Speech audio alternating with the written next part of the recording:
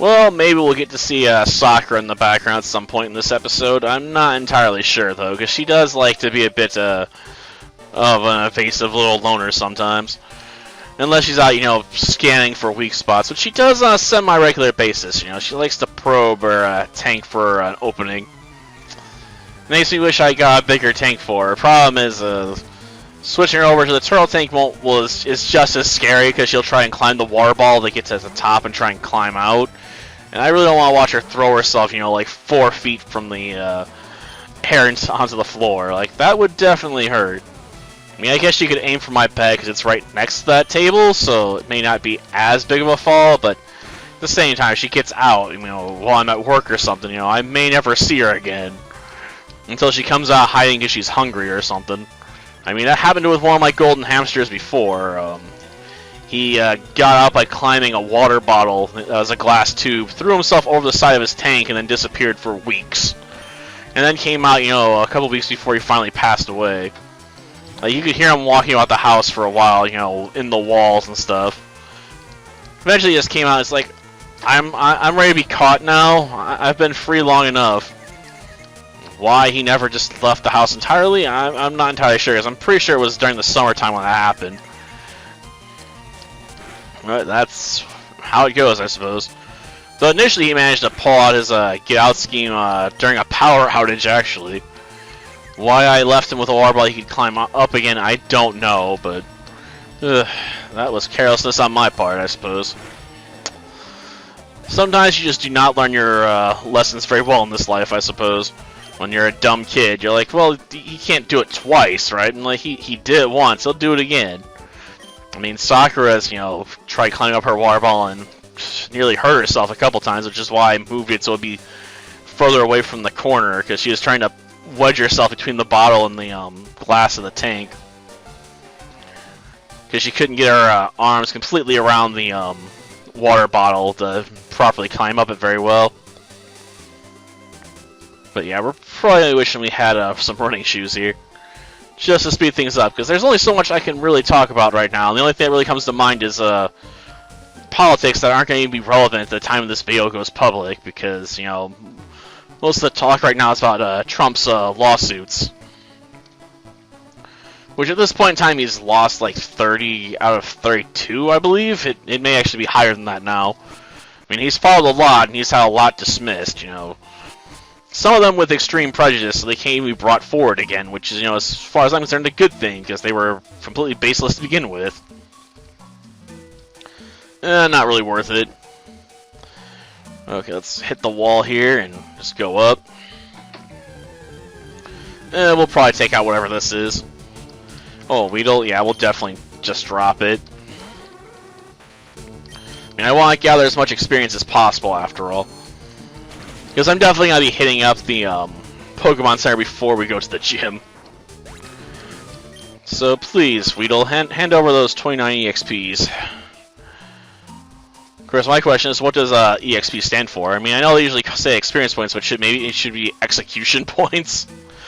It definitely feels that way in some games where you get points for everything you do. Like, oh, you performed an action, you get experience points. Like, don't you mean execution points because I executed a move? Like in Arc the Laboratory of the Spirits, you'll get points for attacking, pieces of wood on the battlefield. You're like, oh, I'm going to attack this tree stump and break it and see if there's an item in there. Like, oh, you get a level up. I'm like, I got a level up for hitting a stump? Like, yep. Like, you didn't even break it and you might get a level up. Or, in the first game on the PS1, you can have a character that, performs various songs to empower your party. And he can get level ups from doing those. So he doesn't even have to take out enemies to gain levels. Albeit taking out the enemies is definitely a faster way to, level up than, using support moves. Okay, another small experience pile there, but it's fine. I mean, I don't need a ton of experience to beat Brock, after all. Because we can actually use Hypnosis against him fairly well, I'm expecting. Well, I was hoping, we'd be out of the forest by now. So many, annoying distractions here. Okay. That's another Caterpie down. And Sakura's still moving her other height around. I can hear her constantly, like, trying to shift it. She hasn't been able to shift it as far as she normally does, because I put a bit more bedding in there to try and surround it, but she's definitely pushed it away, you know, more towards the center. Why she wants to do that, I'm not entirely sure, but, you know, it's her choice. Probably should go through today and remove some bedding and put some more in there, to be honest. I know when I put a lot in there, she usually likes to go digging through it. Like, even if she can't dig deep for, like, a burrow, she'll usually throw it around a bit. Or, you know, get herself completely submerged to make herself feel a bit safer for a little bit. Yeah, she doesn't get as much crazy bedding as a Snowball does, because Snowball, you know, has like 8 or 9 inches worth of bedding just shoved into her tank. She gets like 2/3 of a bag of bedding. I buy the big bags, you know, because I'm like, oh, I got so many tanks, I need a lot of bedding, you know, so I'm like, just get the biggest bag I can for like 15 bucks. And it took 2/3 of one of those to fill her tank up. To her level, I was like, you know what, that seems appropriate, and she basically dug herself a hole. But she comes out of, you know, the chew-on stuff, then as soon as I come by, usually run back into her hole. She doesn't trust me for some reason. It's terrible. Hopefully by the time this video comes out, we'll have worked on that, and I won't have gotten bitten several more times, because she already bit me once. I was dumb enough to let her pull her finger towards her mouth, and she bit me. She's like, this smells like food! Bite! Or it was her way of telling me to back off.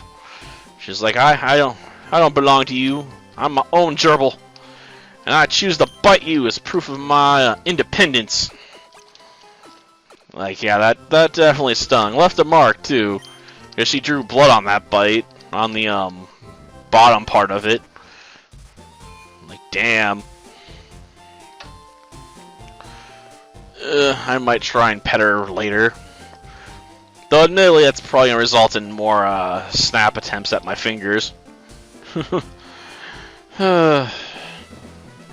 Yeah, getting the loyalty of small animals can be a bit of a pain. Though admittedly, I don't always trust Sakura not to nip on my hand either if I try and pick her up, because sometimes she feels like just reminding me, you know, who's boss. Like, why she probably messes up her tank layout. Like, look at how I want. She comes along, she's just like, nope, I'm rearranging it how I want it. Not much I can do about it. Ooh, a tackle attack, huh? Well, let's just take you out. After all, there's no real reason to leave Geodude into this fight.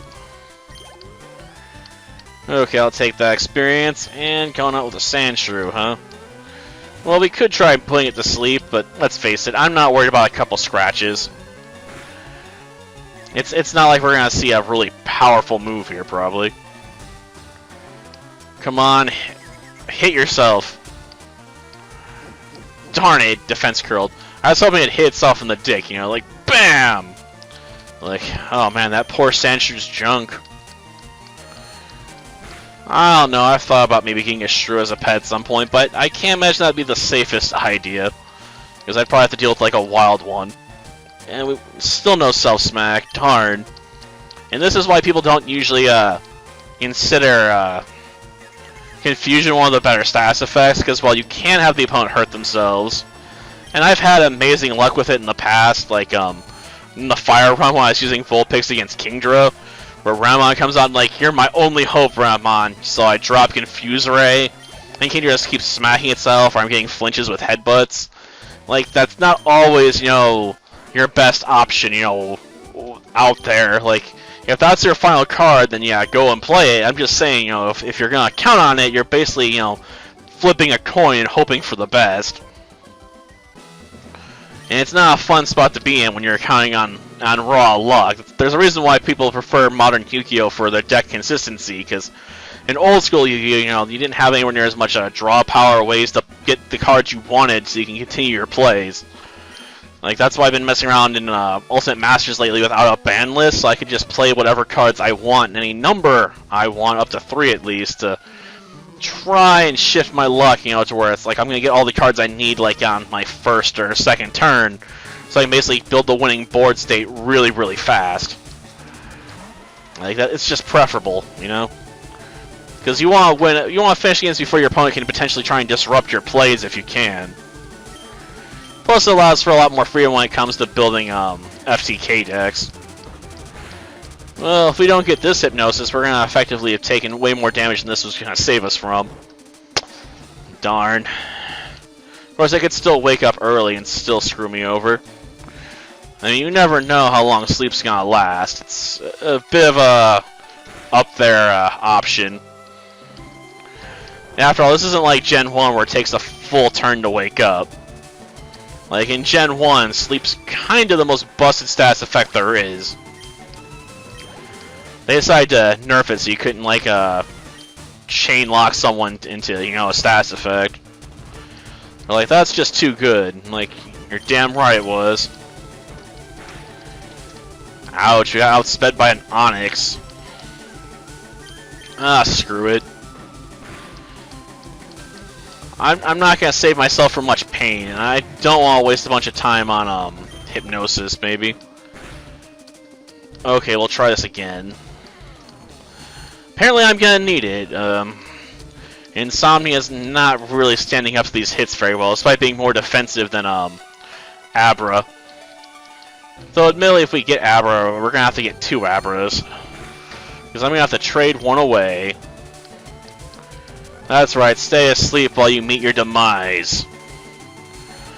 And now we can go get the running shoes. Thank you, Lord, because I am so sick of walking. Walking sucks, man.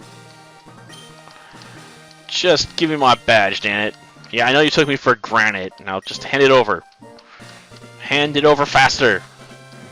You can keep your TM, though. I don't need it. Like, I have no plans for your tombstones. Yeah. I don't care that much about Flash either. I mean, I'll probably grab it at some point just for utility, but it's not high on my list of things to care about. Yeah. Just let me go get those shoes. Gosh darn.